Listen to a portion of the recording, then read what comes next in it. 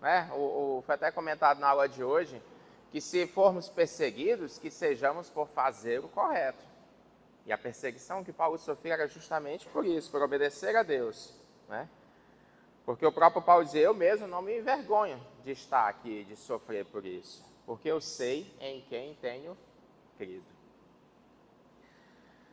Para aqueles, né, que sabem em quem tem crido, sofrer nunca é um motivo de vergonha, né? Fugir, desistir, se calar, isso sim é vergonhoso.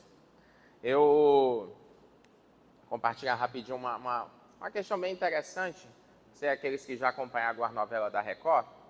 Aí teve uma cena que me chamou muita atenção, para assistir uma delas lá, aquela que falava justamente da época de Daniel, né? E aí tinha aquela cena ao qual, né, os 3 amigos de Daniel, Sadraque, Mesaque e Abednego, não se curvaram mediante a ordem lá, né, diante da estátua de Nabucodonosor.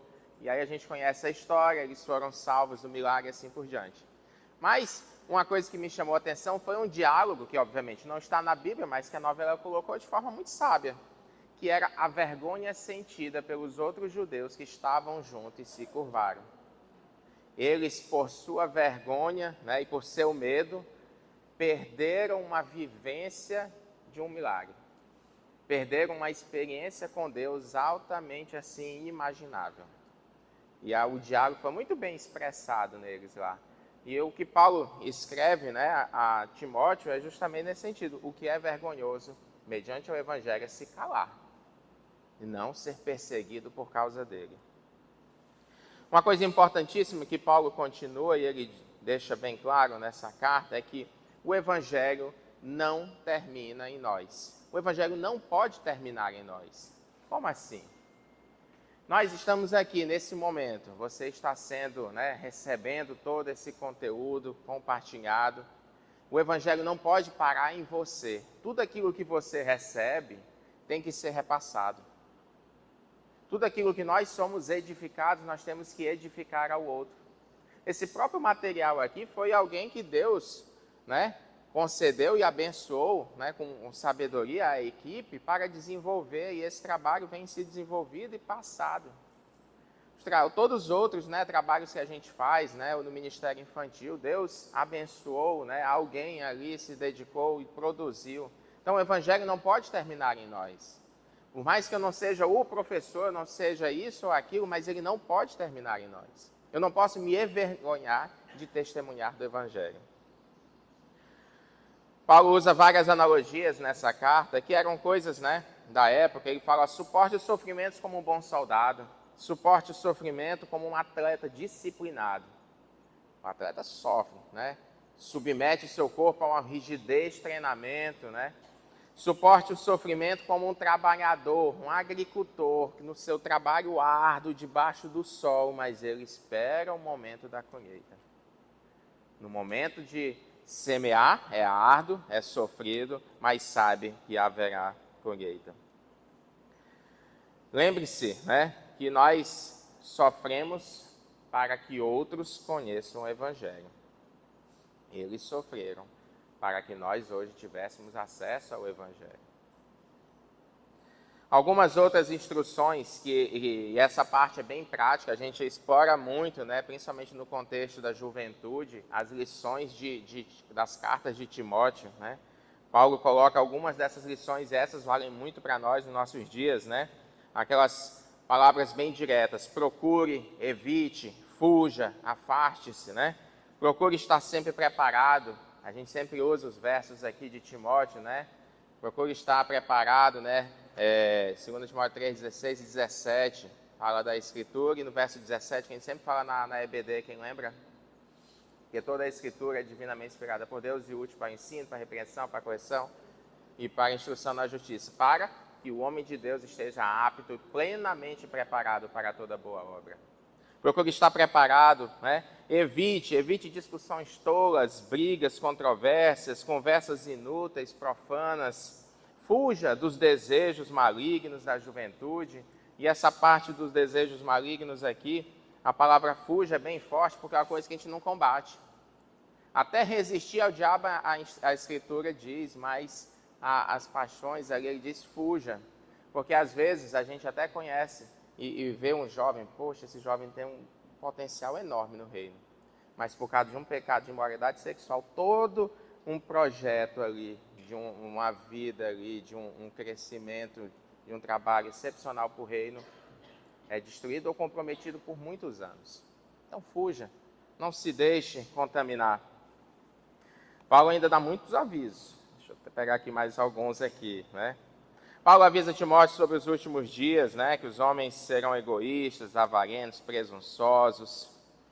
E um detalhe que foi, né? Nós comentamos até ontem nos jovens, quando Paulo diz assim, siga o meu exemplo. Né? O chamar a responsabilidade de exemplo para nós. De forma alguma, eu considero isso como uma forma presunçosa de Paulo dizer assim, né? Me imite, né? Mas eu vejo como uma lição a nós, para que nós possamos trazer essa responsabilidade para nós. Muita gente compara assim, ei, faz como fulano, que é mais fácil, aí você aponta a responsabilidade a outro, né? Mas que a gente puxa a nós, eu ser um exemplo, né? Seja meu imitador como eu sou de Cristo.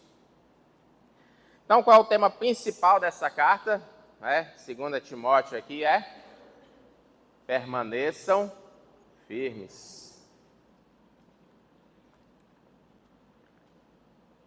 Então, mesmo sendo uma carta de despedida, Paulo de forma alguma escreve de forma melancólica.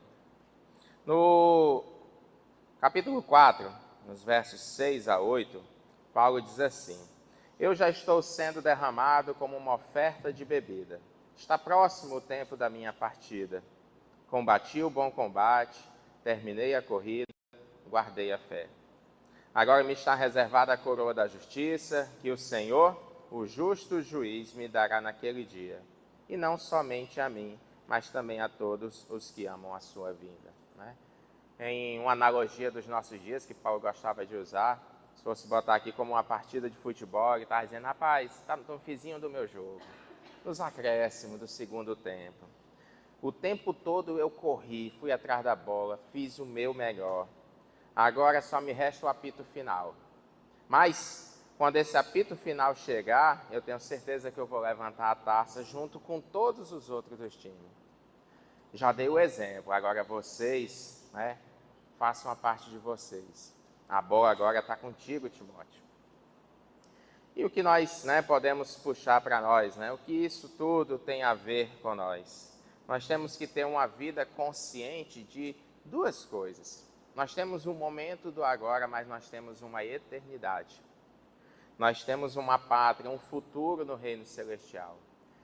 A gente não pode viver apenas para o presente, achando que tudo se limita a esta vida.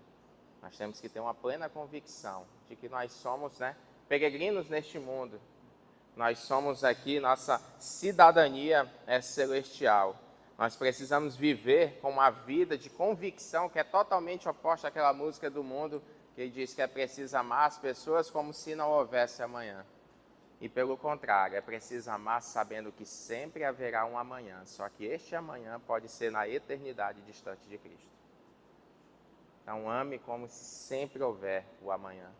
E nessa própria carta, né, Paulo escreve a Timóteo, ele diz, olha, cuide bem da sua vida, porque ela vai direcionar, depender da sua salvação e de todos aqueles que o observam.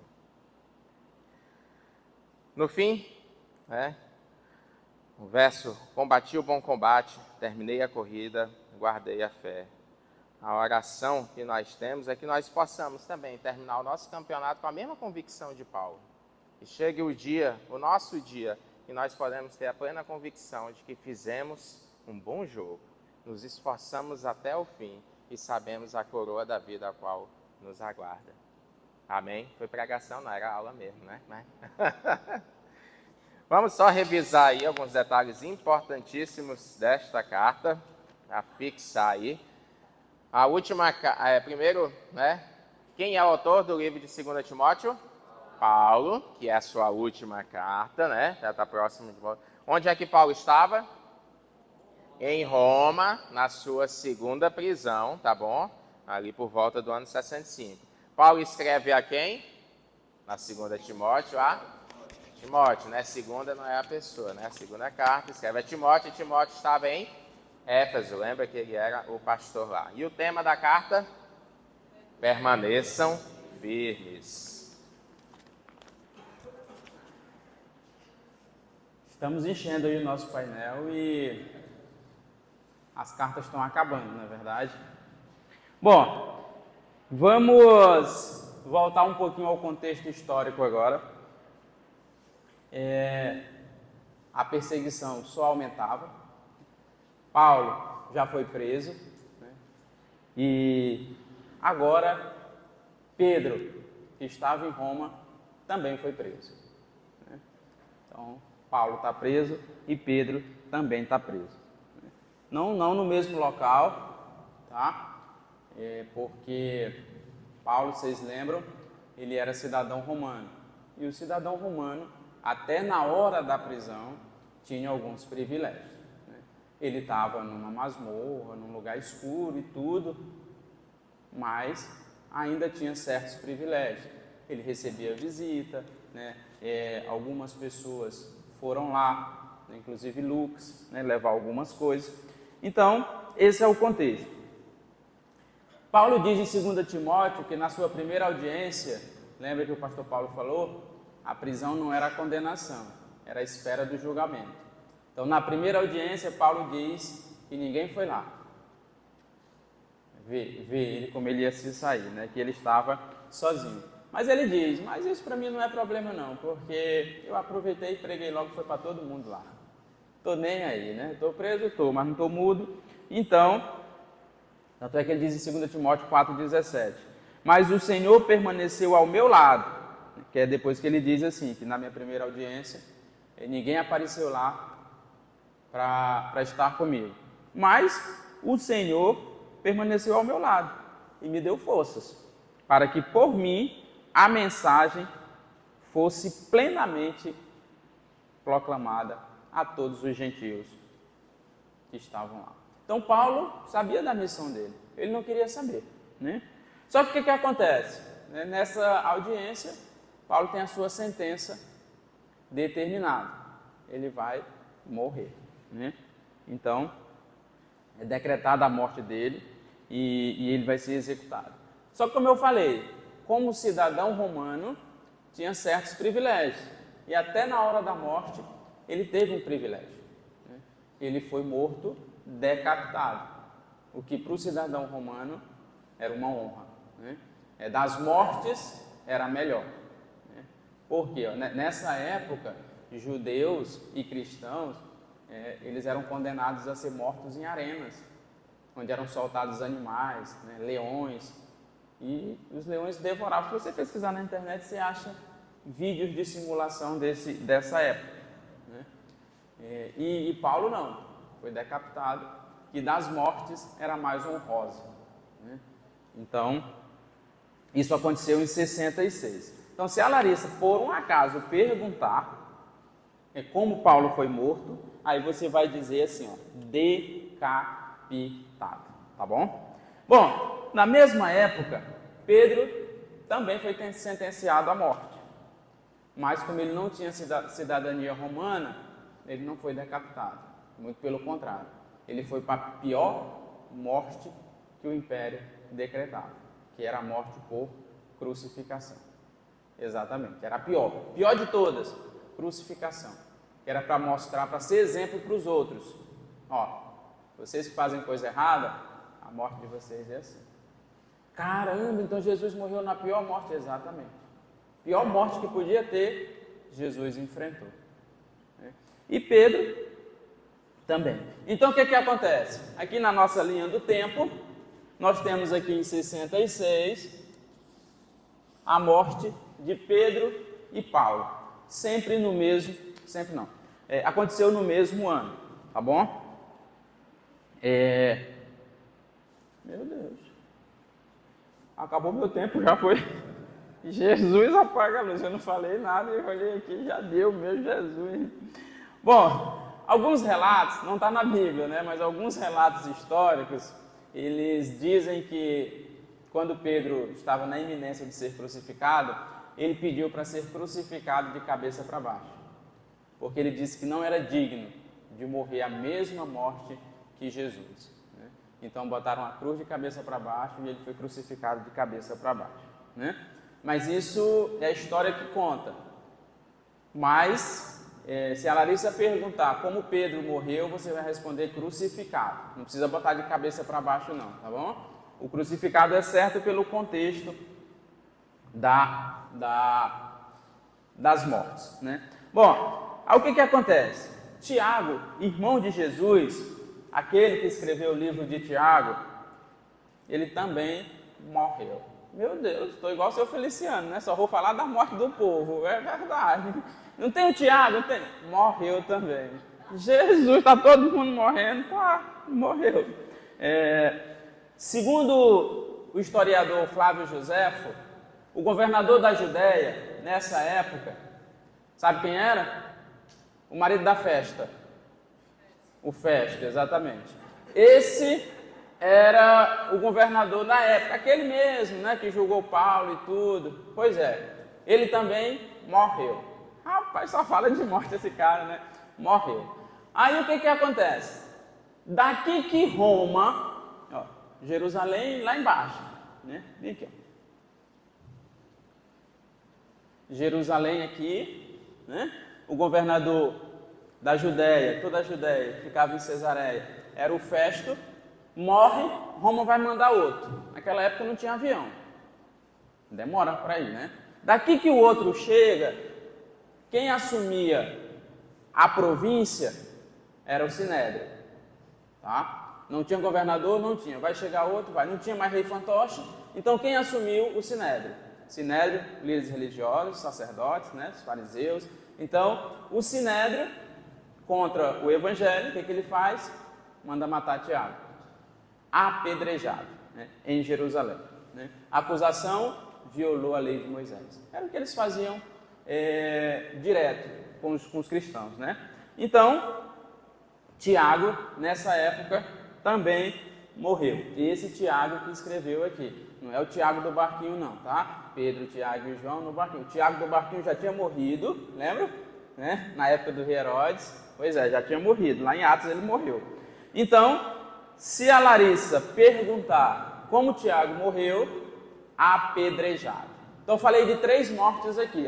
O do marido da festa não conta. Paulo, decapitado. Pedro, crucificado. E Tiago, apedrejado. Tá bom? Segundo Joséfo, esse foi considerado um assassinato judicial. E que na época ofendeu muitas pessoas justas em Jerusalém. Então, realmente, foi uma coisa assim que eles perceberam que foi perseguição, né? Não teve condenação. Depois que todos esses morreram, ainda temos uma outra carta, né, que foi escrita, que é a carta, né, escrita por Judas. Essa carta eu não leio. Né? Carta de traidor a gente não lê, né? Vou botar aqui do lado. E esse Judas, obviamente, se ainda há alguma dúvida, não é o Judas que traiu Jesus. Né? Esse Judas aqui, por sinal, ele é irmão de Tiago, que escreveu aqui, né, a carta de Tiago, que é irmão de Jesus. Tá? Lembram lá no livro de Mateus, quando fala, esse daí não é o filho do carpinteiro, que tem o fulano, né? E cita justamente alguns desses nomes. E o próprio Judas, né, usa essa declaração na carta. A carta do livro de Judas, não temos uma referência clara, né, sobre a quem ele está escrevendo, né, nem de onde ele está escrevendo a carta. Os destinatários originais, diferente de muitas cartas que dizem assim, né, a igreja, aos amados, a igreja, aos santos e fiéis dispersos, né, como vários outros escritores colocam, Judas não coloca, né, e coloca termos gerais, né, aos chamados amados, os guardados por Jesus Cristo. Então podemos dizer que a gente também é destinatário dessa carta. Né? Nós somos crentes também, chamados pelo nosso Senhor. Então, Judas coloca alguns detalhes na carta, né, que nos indica que ele estava escrevendo, né, ao povo judeu, porque ele usa coisas que não estão escritas na Bíblia, mas que eram de conhecimento do povo judeu. Por exemplo, é na carta de Judas, né, que fala sobre uma disputa pelo corpo de Moisés. Fala uma disputa, né, do arcanjo Miguel com o diabo acerca do corpo de Moisés. Você não vê nada disso no Pentateuco, que fala da morte de Moisés lá em Deuteronômio, e depois começa Josué não se fala mais nada. Então, né, são coisas que não estão escritas no Antigo Testamento, mas que Judas cita, então mostra que ele estava escrevendo para alguém que sabia o que ele estava falando ali, então aos judeus convertidos. Fala também de uma profecia de Enoque, na nossa Bíblia não tem nem livro de Enoque, né, sobre a segunda vinda de Jesus. Essa carta ela foi escrita, né, provavelmente no período ali entre o ano 66 a 70, e ela, né, pega aí um período ainda da perseguição iniciada desde a época de Nero, que foi até o ano 68. E em contextos gerais, essa carta tem um ensinamento semelhante ao de 2 Pedro. Qual era o contexto ali importante de 2 Pedro, né, que foi comentado? Era o perigo sobre os falsos mestres, né? Esses alertas, na verdade, nesse período, a gente vê que tem várias cartas com anos parecidos, que tem uma dedicação, né, um cuidado especial do autor em relação a isso. O problema é que, a essa altura da vida, esses falsos mestres já estavam infiltrados na igreja, né? Então, se chegar aí no quiz uma perguntinha desse estilo assim, qual carta, né, está fortemente ligada com a carta de Judas, no seu contexto principal? Aí vocês vão colocar lá 2 Pedro. Tá?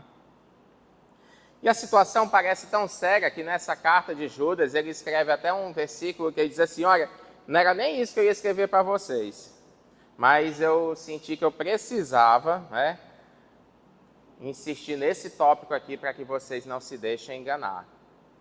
Esses falsos mestres é a parte principal aqui, que tem uns dois conceitos importantes. Vocês lembram lá atrás, quando a gente começou a falar em Colossenses, né, que a gente comentou lá do conheçam a Cristo, que era justamente Paulo, né, fortalecendo a pessoa de Cristo para combater as heresias que apareciam, e parte delas era a heresia do gnosticismo, né, que ele levava muito para o lado somente espiritual e material, e isso negava quem? A pessoa de Cristo, um Deus bom, que se fez homem, carne, né, morreu em nosso lugar e assim por diante. Porque para eles tudo que era material não vale, não era tudo espiritual. Desse pensamento, né, ele acaba levando a duas práticas, né, que são todos os dois caminhos totalmente contrários ao ensino de Deus. Então tem duas palavrinhas diferentes. Primeira, o asceticismo. Vou soletrar para você aí, você anotar, é importante. A-S-C-E-A-C, e aí depois o ticismo. T-I-C-I-S-M-O. Asceticismo. O asceticismo, né, é a primeira palavrinha, ele era uma prática, na verdade, que eles defendiam, eram dois extremos, se a gente for parar para pensar aí que se originou desse pensamento. O asceticismo era uma prática já que condenava demais aí a questão do corpo, então o meu corpo tinha que sofrer muito, né? Era uma desvalorização completa do corpo. Então como é que eu faço? Submeto o meu corpo a um sofrimento para me tornar mais santo, né? Aí a autoflagelação, né? Aqueles que se chicoteavam, e até pouco tempo isso era bem mais prático, né? Bem mais acontecia, mas até hoje, né? Não muito na nossa cultura, mas isso é muito comum. Jejuns severos, né? Renunciavam aos prazeres humanos buscando atingir a perfeição espiritual, né? A ideia dos monges, aqui trazendo para o nosso Brasil aqui, às vezes nós vamos muito nesse pensamento, de cumprir a promessa de subir a escadaria do Cristo Redentor de joelhos. E acontece. Mas não é dessa forma que nós alcançamos uma santidade. E a Bíblia deixa bem claro nisso, né? Tem um verso muito interessante que diz, olha, esses tipos de coisa tem uma aparência de piedade, mas não produz em nós nada. Tá? O outro, né, a outra prática fora do padrão que saiu também por causa desse tipo de pensamento gnóstico é a libertinagem. É o outro extremo. No extremo, eu esmago o meu corpo, boto para sofrer ali, porque o meu corpo precisa se purificar, digamos assim. No outro, é o outro extremo. Já que isso aqui não vale nada, o que importa é o espírito, eu posso usar do meu corpo do jeito que for. E aí isso nos leva ao quê? A todo e qualquer tipo de prática imoral, sexual, de tudo, qualquer forma. Né? Até nas cartas a gente vê alguns ensinos que Paulo fala, que é justamente desse comportamento. Olha, vocês não podem reduzir a graça de Cristo a uma graça barata. Tipo, agora que já é só pela fé, eu posso fazer o que for com o meu corpo e depois a gente só pede perdão e resolve, está tudo pronto. Resumindo, né, o tema principal aqui da carta, a carta de Judas é sobre os falsos mestres. Nessa carta, ele destaca essas duas linhas de infiltrados aí que levaram esse ensino do asceticismo, e da libertinagem. A carta de Judas foi escrita por quem? Judas, traidor, Não, Judas, irmão de Jesus. Ali entre os anos 60 a 70, a gente não sabe ao certo o local, Os destinatários, provavelmente aí os cristãos de origem judaica, porque ele fala de coisas da cultura judaica ali. E o tema, falsos mestres. Chefe. O período vocês podem colocar depois da morte de Paulo, tá? Porque a partir de agora, como a gente está usando como referência dos períodos a vida de Paulo, Paulo agora morreu e o período agora que se estende até o final da aula, da disciplina, vai ser após a morte de Paulo, tá bom? Bom, vamos voltar um pouco à história. Paulo foi morto, Pedro também, Tiago também, E o que acontece isso? Nesse período, a Judéia, ela começa a se revoltar. Os cristãos, os moradores da Judéia, eles começam a fazer uma rebelião e eles querem retomar a província, como eles eram acostumados a fazer muito antes do cativeiro, Eles não têm mais paciência, perderam a paciência com os imperadores, com os reis fantoches, com os governadores, eles não querem mais nem saber. O templo de Jerusalém, da qual eles se orgulhavam, que foi destruído por Nabucodonosor na época do cativeiro, reconstruído por Esdras no período do retorno, e invadido pelos gregos. Herodes, o Grande, aquele que mandou matar todos os bebezinhos na época do nascimento de Jesus, ele fez um projeto de reconstrução para agradar os judeus e começou a reconstruir o templo.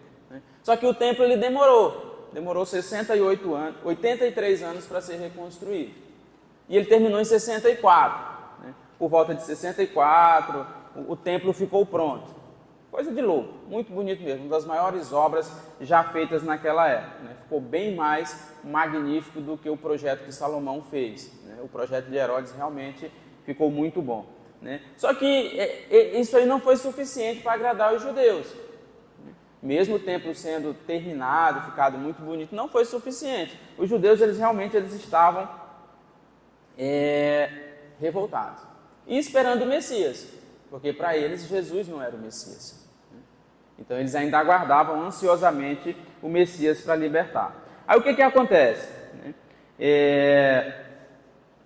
Por volta de 67, 68, um novo governador chegou na província da Judéia, o nome dele, Floro, e na época que ele chegou, ele já chegou chegando, chegou com 2 pés na porta.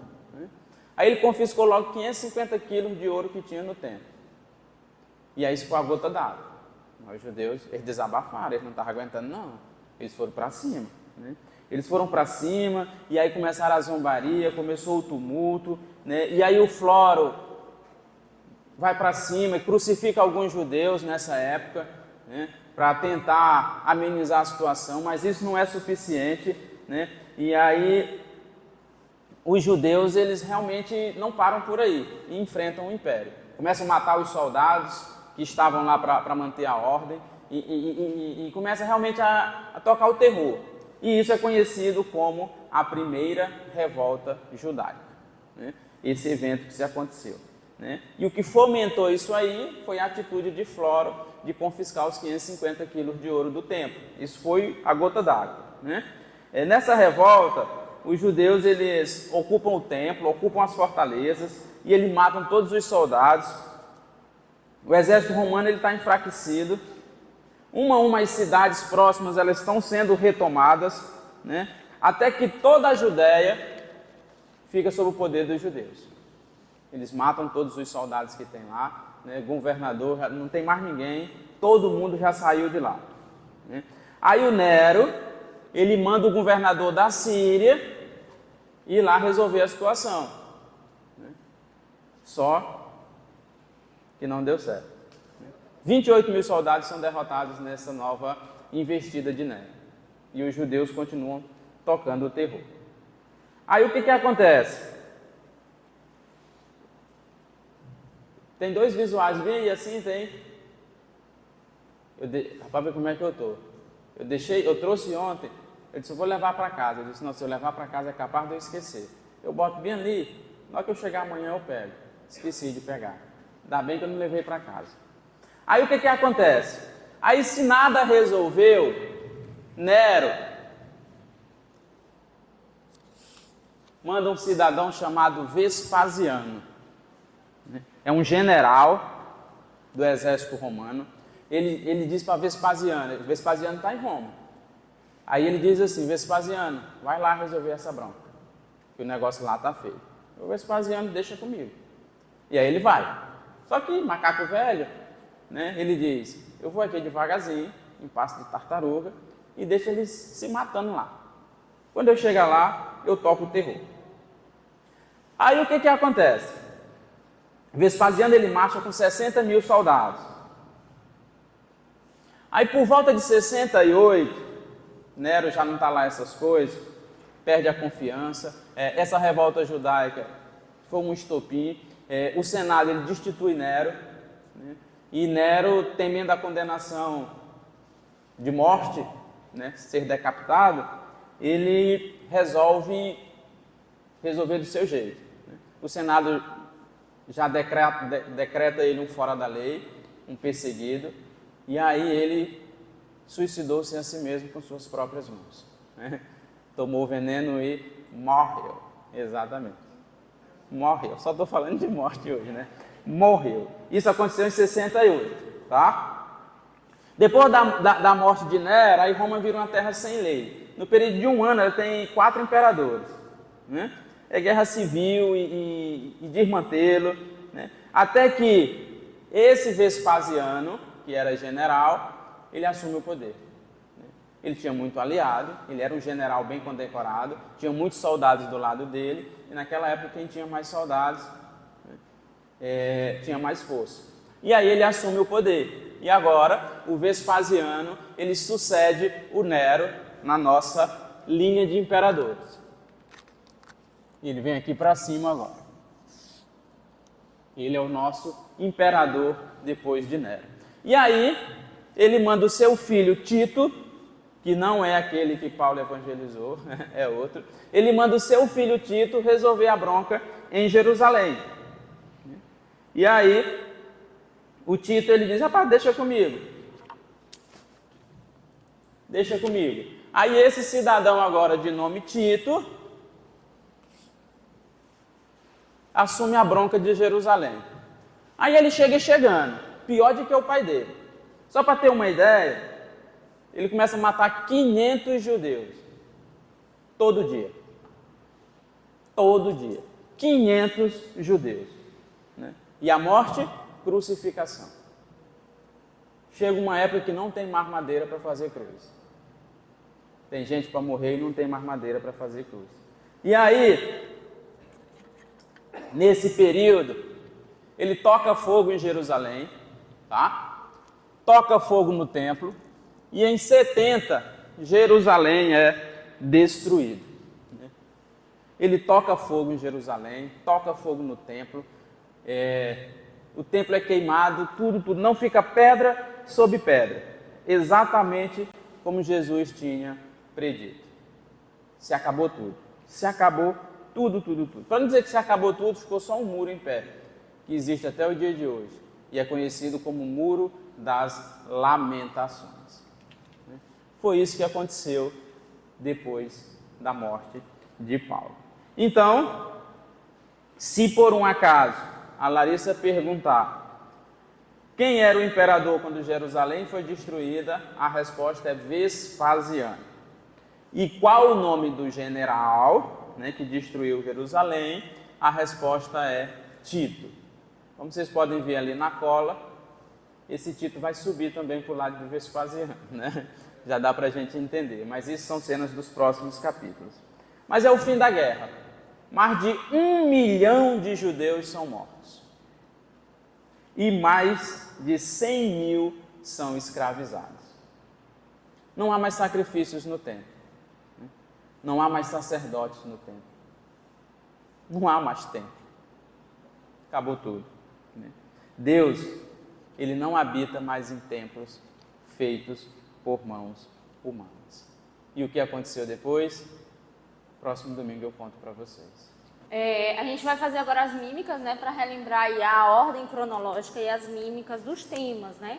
Eu sei que é difícil, gente, mas a gente passa a semana decorando, você não decorou, vocês também decoram. Eu quero saber aí quem é que se garante ajudar nós aqui a fazer as mímicas do início ao fim. Pode ser até a aula passada, né, que é de hoje. Né? Que é de hoje eu sei que é nova, vocês não sabem, mas assim, quem se garante? A gente vai se ajudando, vai falar as a mímicas. gente vai olhar aí, né? Eu pensei que ele vinha. Sem olhar. Os adolescentes já querem. Não? Bora lá? Não? Trouxemos nem o chocolate, né, para incentivar, né, Ana? Tá bom, quem sabe então, próxima semana então eu vou... Decorem aí Bora, pra eu chamar Camila, alguma pra vir aqui na frente, negócio. fazer. Meu Deus. Não, então vamos tirar essa parte, né, Ana? Acho que ninguém não tá servindo de nada, porque ninguém tá decorando, ninguém tá sabendo Bora, nada. Tô Solange, triste, fazer. ó. Tô triste aí, ó. Atrás de mim, Satanás, faz o elo. Então bora lá, Ana. Pelo menos vai ficar pra gente, né? Então bora lá. Vai, começa. Primeiro. Vamos lá, do primeiro, né, do Tiago, lembra? A fé verdadeira transforma. Aí Gálatas, justificados pela fé. Aí depois, primeira, segunda Tessalonicenses, a volta, volta pra cá, né? De Cristo, E o padrão de Deus para mim. Isso. Aí Essa é 1 Coríntios, deixem de ser crianças. E aí, 2 Coríntios, finanças e a defesa do apostolado. Defesa. Isso. Romanos, boas notícias. Aí depois, Colossenses, conheçam a Cristo. Aí depois de Colossenses, Filemon, todos são iguais. Aí depois para Efésios, a igreja, corpo de Cristo. Igreja, corpo de Cristo. Aí depois de Efésios, Filipenses, entrega dos direitos e alegria. Aí 1 Timóteo, né? O bom pastor, carinhosamente segurando a ovelha e o cachorro. Não, o Tito é fácil demais. Era para ser o Tito primeiro, mas tá porque Tá, tá colado errado. é verdade, ali. eu tinha treinado Trocou, faz o L. É porque ela tá olhando pra ali, eu tô tentando lembrar dos livros na ordem, porque trocaram ali, Eu olhando a cola ainda era pra ser o Tito primeiro, porque eles botaram trocado, não é tu não, Ana. Licença veio primeiro. Verdade, até aqui eu não tinha nem reparado, porque eu tô... Tá, o Tito, que é o L, né, a liderança. E onde que eu tô Agora agora? Hebreus. Hebreus. Jesus, né? Melhor não há. Isso. Aí, Vamos ver de novo, cadê o outro? agora é o de hoje, que é o Pedro, né? Aí primeiro Pedro, suportem o sofrimento. Eu penso assim, sofrimento, Mas é, ó, trabalho, sofrido. alegre. Sofrido, mulher, sofrido. Com a alegria, com a esperança. Canceroso. Cadê Vai. o doutor? Agora é o segundo. Não se esqueçam, só tranquilinho. Não se esqueçam. Não se esqueçam. Aí o segundo Timóteo é, ó, permaneçam firmes, sabe aqueles dos militares? Firme, né? Permaneçam firmes, assim, ó, firme, né? Só. Permaneçam firmes. E o E o Judas, falsos mestres. Olha aqui, dá uma, tipo assim, aquela Falsos. exaltada, né, dos falsos mestres, que eles se achavam muito, ó, falsos mestres. Pronto.